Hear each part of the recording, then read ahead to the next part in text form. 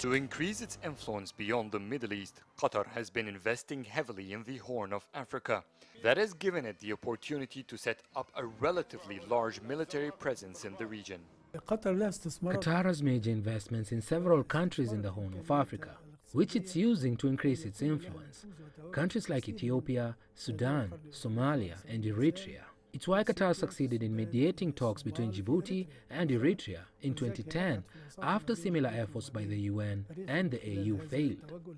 Doha's Gulf neighbors have also rushed to the Horn of Africa looking for a strategic advantage over the Houthis in Yemen. All in all, hundreds of millions of dollars have been invested in ports and military bases, but when Saudi Arabia and the UAE severed ties with Qatar, the influence of these three rich oil countries turned to a source of tension. Gulf countries will compete for influence over any area that may threaten Saudi Arabia's national security or regions where there are political struggles. Arab nations and Africa are the main areas for that competition. The situation in the Arab world is deteriorating, and no one country has the absolute regional leadership that Egypt did in the 60s.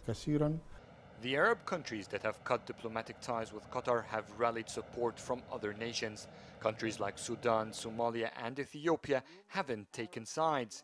Djibouti and Eritrea, on the other hand, have sided with Saudi Arabia. After this announcement, Doha withdrew its nearly 450 soldiers who were maintaining peace along the border. Qatar withdrew its forces not to threaten, but to show that it's unwilling for this diplomatic crisis to take a military form, even though that's highly unlikely.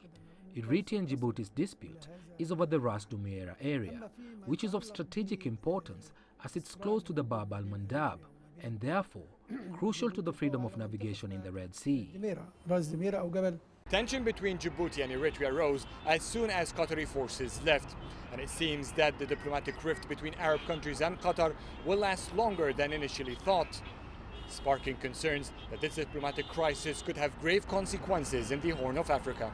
Adel EL Mahrouky, CGTN, Cairo.